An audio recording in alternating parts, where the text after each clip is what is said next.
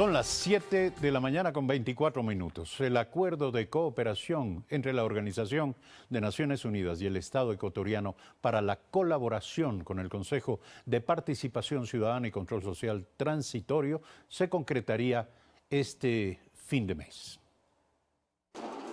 Tras el encuentro en Carondelet con el presidente Lenín Moreno en el Consejo de Participación Transitorio, han dejado claro su apuro. Hemos insistido al presidente que esta colaboración que pedimos las Naciones Unidas es para ahora, no para el próximo siglo, sino para ahora y con la urgencia que el pueblo ecuatoriano demanda. De Naciones Unidas se espera apoyo en dos vías, una misión de técnicos y además documentos o parámetros que permitan evaluar a las autoridades de control. El primer paso, si ustedes me preguntan, en este momento podría ser remitir la información que nosotros estamos elaborando para que técnicos en cualquier parte donde se encuentren nos den una primera valoración sobre el trabajo que estamos haciendo. El acuerdo con Naciones Unidas se lograría hasta fin de mes. Sin embargo, en el Consejo dicen, ya empezaron a evaluar. La colaboración que tengamos con Naciones Unidas va a ser clave, pues el mandato popular les concede un plazo de 6 meses. Este martes sesionaron a puerta cerrada, sin hablar con la prensa. Daniel Montalvo, Telediario. La deuda pública del país habría alcanzado el 52% a diciembre del Producto Interno Bruto, a diciembre de 2016, superando el límite legal establecido del 40% del PIB.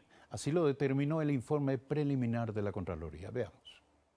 2 horas le tomó al Contralor General subrogante Pablo Celi la lectura del informe borrador del examen especial a la deuda pública contratada por el anterior gobierno entre enero de 2012 a diciembre de 2016, la cual superó el límite legal permitido de acuerdo al estudio. 96.000 millones del PIB determina un porcentaje del 52,54%. La no inclusión de operaciones como las de preventa petrolera y otros procedimientos de endeudamiento sin sustento habrían determinado esta superación. A la par, se firmó el decreto 1218, con el cual se habría impedido la transparentación de las cifras. Mecanismo por el cual la deuda interna no fue considerada en el cálculo de la estadística de la deuda. La lectura pública del informe se lo realizó con la presencia del grupo de veedores convocados por la Contraloría para el trabajo de este examen especial. Para ellos esto demuestra que se rompió la institucionalidad del país, perjudicando a la ciudadanía. Asignación mediante un convenio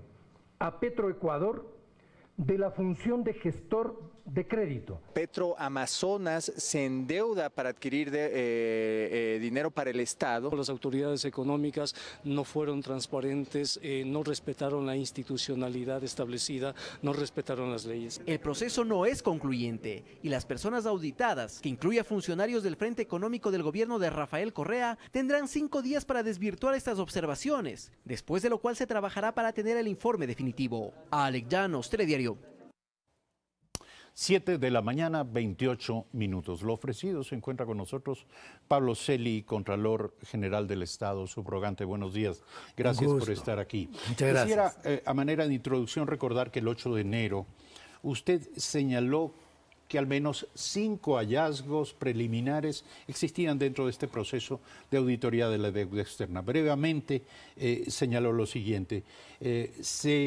El primero, la declaratoria de secreta y reservada la documentación sobre la deuda. Después, las operaciones de venta anticipada de petróleo que no fueron consideradas como endeudamiento. Luego, el cambio en la forma de calcular la deuda externa, considerando como índice la llamada deuda consolidada y no la total. Luego, el cambio dispuesto en el por el Decreto Ejecutivo 1218. Además, el convenio entre el Ministerio de Finanzas y Petroecuador. Y finalmente, la ausencia de documentos en el archivo del Ministerio de Finanzas. Esto lo dijo el 8 de enero, hace 2 meses, que se confirma, que se añade de acuerdo a la lectura que usted hizo ayer. Buenos días. Muy buenos días. Efectivamente, en enero, para la comunicación provisional de resultados, que constituye un procedimiento previo a la lectura del borrador de informe que ocurrió el día de ayer, y habíamos adelantado ya a los funcionarios que fueron auditados, que están siendo auditados dentro del estudio sobre la deuda, habíamos adelantado estas observaciones que usted acaba de recordar por parte de los equipos de la Contraloría General del Estado, de tal forma que de enero acá tenían el tiempo suficiente para desvirtuar en forma documentada o argumental cualquiera de estas observaciones. Hoy, en la lectura del borrador de informe que hemos realizado el día de ayer, efectivamente confirmamos que todas estas observaciones iniciales de la Contraloría tuvieron y continúan teniendo el suficiente sustento en hechos y documentos para mantenerlas como criterio de la Contraloría en nuestra lectura del estado de situación de la deuda en el país. Aún podrían ser desvirtuadas, sin embargo. Hay 5 días desde el punto de vista del debido proceso para que los funcionarios auditados puedan presentar, si consideran, nuevos elementos de descargo, nuevas argumentaciones. Está corriendo ese término. Usted mencionó intentos por mantener en secreto y bajo reserva los documentos de la deuda y afirmó que esto se hizo textualmente para que la Contraloría no tenga la información. ¿Quiénes han sido los responsables de esto? Quisiera ahí precisar este tema. En primer lugar, con el decreto 1218 se establece un mecanismo de cálculo de la relación deuda-PIB. Ese mecanismo, por su propia aplicación, modifica de manera arbitraria y, como lo mencionamos en nuestro examen, genera una rebaja artificial del monto de la deuda que de por sí constituye un elemento de distorsión para el proceso de auditoría de los valores de esa deuda. Pero además de este elemento que quizá desde el punto de vista del sustento legal es el más importante, hay también el otro aspecto que usted acaba de mencionar. Una declaratoria que tampoco tiene ningún sustento legal de secreta y reservada para un conjunto de actos administrativos, contratos, convenios y documentos operativos que tienen que ver con el endeudamiento. Digo que esto no tiene ningún sustento legal, ni siquiera en el Código de Planificación y Finanzas, que debería ser el código reglamentado. Este código establece como condición fundamental para reserva documental el que durante el periodo de negociaciones se precautele el interés del Estado frente a posibles pérdidas o condiciones que puedan convertirse en riesgos. Para eso la reserva. Para eso la reserva. Al extender esa reserva hasta la conclusión con el pago total de la operación, esa extensión determina un ocultamiento de información a la propia Contraloría General del Estado que no podría, teniendo un límite de 7 años para realizar exámenes, no podría realizar examen alguno sobre contratos y operaciones de deuda que tengan más de ese tiempo. Es un despropósito. En su conclusión. Es un despropósito. Quienes lo hicieron habrán supuesto que aquello no iba definitivamente a ser ventilado nunca más. Sin duda, frente a lo que constituye la obligación constitucional de que la Contraloría revise el conjunto de recursos del Estado, entre ellos el endeudamiento, es algo absolutamente ajeno a la Constitución. Sin embargo, hay elementos adicionales que hemos mencionado en este borrador de informe, y es el hecho de que esta declaratoria de secreto y reserva continuó manteniéndose en el desarrollo del examen. Está descrito en el examen. Se lo iba a mencionar, porque incluso usted señaló que hace apenas una semana el exministro de Finanzas, Carlos de la Torre, habría pedido 45 días adicionales para entregar documentación, es decir, superando en mucho el plazo fijado por la propia auditoría. Le pregunto, ¿hasta dónde llega el vacío, pero también las responsabilidades de ayer y de hoy en esta materia? Efectivamente, la determinación mediante 3 resoluciones ministeriales que aún no son derogadas, mediante estas 3 resoluciones ministeriales se establece la condición de reserva y la condición de secretos de un conjunto de documentos y actos administrativos. Nosotros venimos insistiendo, y en el informe está descrito este hecho, veníamos insistiendo en que esta restricción no era admisible para la Contraloría. Esta restricción se mantuvo de manera absoluta en los 2 primeros meses del examen. Entre mes y medio a 2 primeros meses, la Contraloría no recibió información por parte del Ministerio de Finanzas, a pesar de constantes excitativas en este sentido. ¿En qué se argumentaba la negativa? En la vigencia, precisamente, de estas resoluciones ministeriales cuestionadas. Posteriormente, y 5 días antes de que se produzca la lectura, el exministro de la Torre envió una comunicación al Contralor requiriendo 45 días adicionales para la entrega de las actas del Comité de Endeudamiento. Esto era absolutamente inadmisible, 5 días antes de la lectura en primer lugar y en la pretensión de una extensión de plazo que habría invalidado también legalmente el tiempo que la Contraloría tiene para concluir con este examen. Creo que todas estas son consecuencias, inevitablemente, incluso más allá de la intención subjetiva de cualquier funcionario, son consecuencias del mantenimiento de una normativa a nivel de resolución ministerial que no se corresponde ni con la Constitución ni con la base legal para el propio funcionamiento del Comité de Deuda. ¿Sería responsabilidad de la Asamblea modificar estas normas y devolver la transparencia a estos temas? Sin duda, un conjunto de aspectos legales van a desprenderse de las conclusiones y recomendaciones que finalmente la Contraloría haga una vez terminado y aprobado el informe. Este informe tenemos la disposición, el interés institucional de que no se restrinja única y exclusivamente a una descripción técnica. La Contraloría tiene una obligación de aportar también una visión prospectiva, una visión legal, una visión de reformas necesarias en actos administrativos. Pero parece una contradicción, si me permite, porque si la norma sigue vigente y el exministro de Finanzas, dado que hay una norma vigente que le impide entregar la información, se niega a darla, ¿cómo la Contraloría podría exigir o demandar más allá de la ley que la información le sea dada? Es que no es más allá de la ley, lo hacemos en pleno ejercicio de nuestra atribución constitucional e incluso en reconocimiento del propio Código de Planificación y Finanzas. El Código establece una condición. Pero lo mismo podría decir el ministro de Finanzas. Lamentablemente no, porque la Contraloría, para pronunciarse en este caso, solicitó al Ministerio los documentos que sustenten la reserva, los documentos que sustenten el secreto, es decir, los documentos por los cuales se le demuestre a la Contraloría que esa reserva y ese secreto se lo mantiene en función a posibles pérdidas y a condiciones desfavorables al Estado. Hasta el día de hoy no se nos ha entregado un solo documento que sustente esta condición. Es por esto que la Contraloría se pronuncia de manera tan frontal en relación a la no pertinencia de la argumentación de secreto y reservado. ¿Cuál será la consecuencia, el resultado del ocultamiento? ¿Podría elevarse incluso la estimación sobre el monto total de la deuda que usted señaló en 65.700 millones? Muy importante esta pregunta porque me permite precisar para conocimiento de la ciudadanía esta relación de montos que puede resultar en determinadas condiciones un tanto opaca.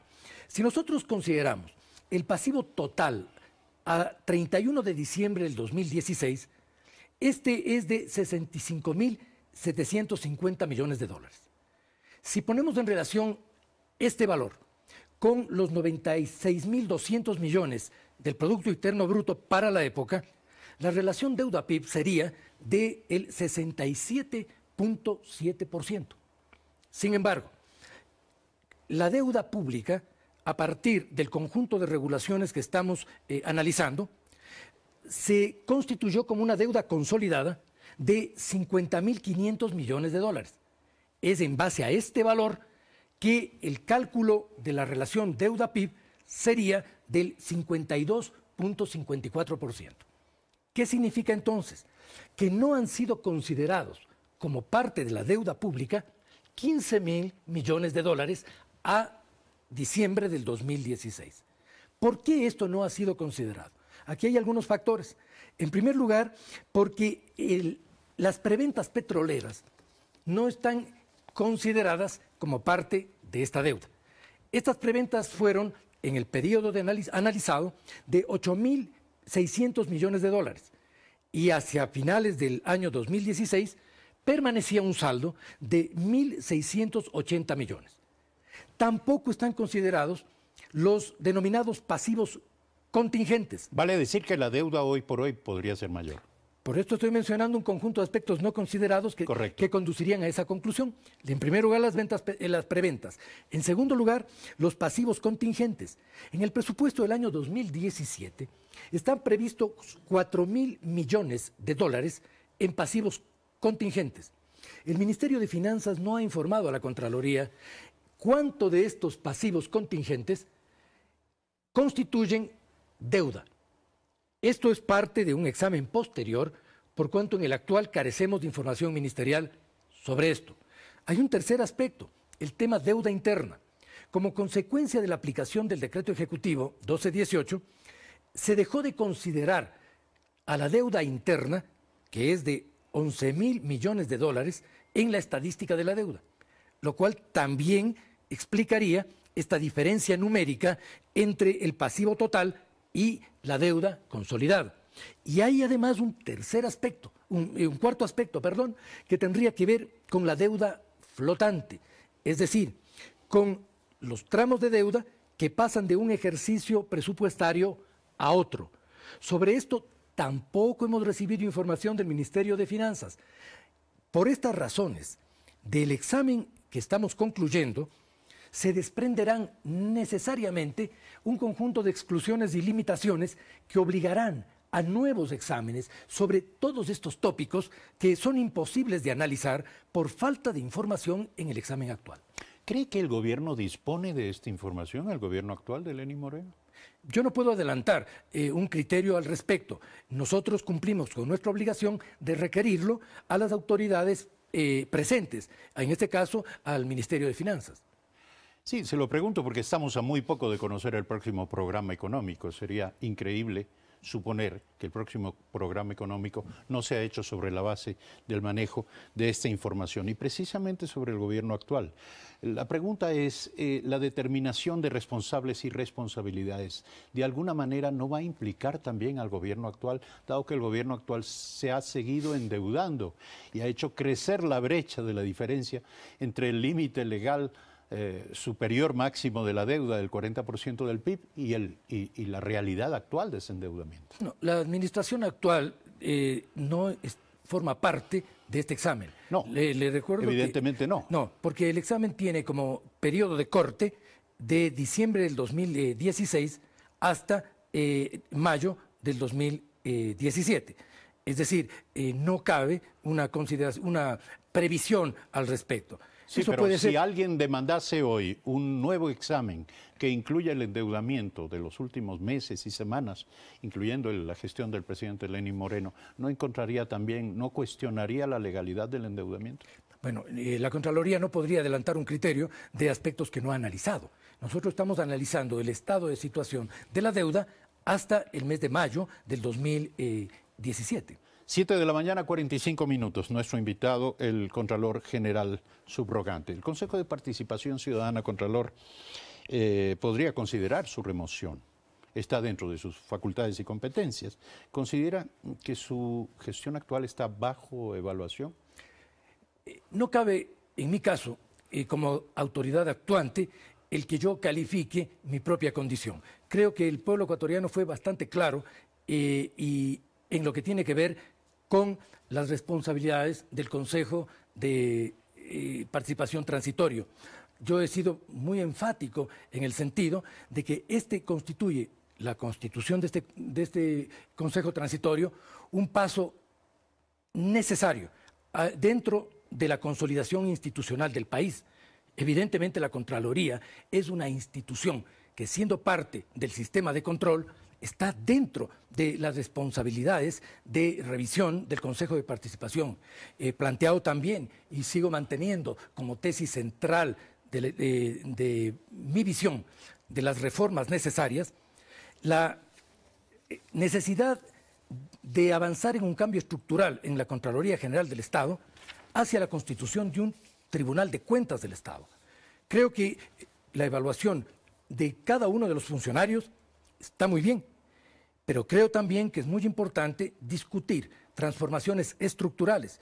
Y yo insisto... Preparar la institucionalidad. Yo insisto en que una propuesta de constitución de un Tribunal de Cuentas que supere la actual condición de un contralor unipersonal es una propuesta desde el punto de vista de la estructura democrática del control en el país, de la eficiencia jurídica y de la eficiencia también de los actos de auditoría, absolutamente superior al sistema que en este momento rige en el país. Pero permítame volver a lo anterior. Si usted fuese reemplazado, yo le quiero preguntar, si se dispusiera que usted abandone el cargo de Contralor, ¿cree usted que se pondría en peligro alguno de los procesos de investigación sobre el mal manejo de los recursos públicos? Bueno, no me corresponde a mí prever condiciones que superarían en no, todo pero usted caso... conoce a la Contraloría. Le pregunto, ¿se pondrían en peligro los procesos de investigación y examen? Los procesos de investigación no deben depender de las personas. No deberían, evidentemente. Eso es un principio.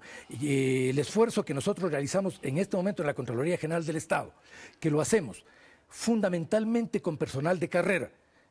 Yo designé exclusivamente a personal de carrera en los puestos directivos, precisamente para garantizar un proceso que desde el punto de vista institucional precautele no solamente las normas, no solamente los procedimientos, sino también la idoneidad profesional del personal actuante. Pero ese punto de vista de carrera ya existía en la Contraloría, ¿verdad? Sí, con situaciones bastante relegadas. Porque si la Contraloría, institucionalmente hablando, puede funcionar al margen de quien la dirija, ¿por qué el Contralor Polit, le pregunto, habría logrado por tantos años cometer irregularidades y actos de corrupción que se le imputan y que él mismo aún no desvirtúa, sin que la estructura de la institución, y ni siquiera usted, en calidad de subcontralor, se hayan enterado? Yo he mencionado de manera enfática que es necesario diferenciar de manera radical la situación personal de un exfuncionario que se dilucida además en el campo judicial de lo que constituye el funcionamiento de la Contraloría. Mi responsabilidad fue y sigue siendo garantizar ese funcionamiento y transparentar los procesos internos, de tal forma que inclusive respecto de decisiones, resoluciones, informes, procedimientos precedentes, yo he abierto investigaciones en todos los casos que han dado inclusive resultados en lo que tiene que ver, por ejemplo, en los temas de Odebrecht, con nuevos exámenes y con nuevas responsabilidades de tipo penal. Desde este punto de vista, yo creo que de lo que se trata es de garantizar una estructura de funcionamiento institucional, de garantizar un sustento legal y una base profesional suficiente para que las contingencias respecto de las autoridades no lesionen y no afecten la perspectiva estratégica y el funcionamiento de las instituciones. Esa es mi responsabilidad actual. Yo soy absolutamente consciente de mi condición de transitoriedad. Lo dije desde un principio cuando asumí esta responsabilidad. No busco perpetuarme y no participaré en ningún concurso para la designación de Contralor. Mi responsabilidad es devolver al país una institución estable, una institución basada fundamentalmente en derecho y adicionalmente proponer desde la experiencia institucional una alternativa en el modelo de organización estructural que es el Tribunal de Cuentas. Esto es, por hoy, mi responsabilidad, que la voy a cumplir en el tiempo en el que yo tenga que mantenerme al frente de la institución. Gracias, Contralor Pablo Celi, Contralor General del Estado subrogante, esta mañana aquí en Primera Impresión, 7 de la mañana, 48 minutos. Brevísimo corte, volvemos.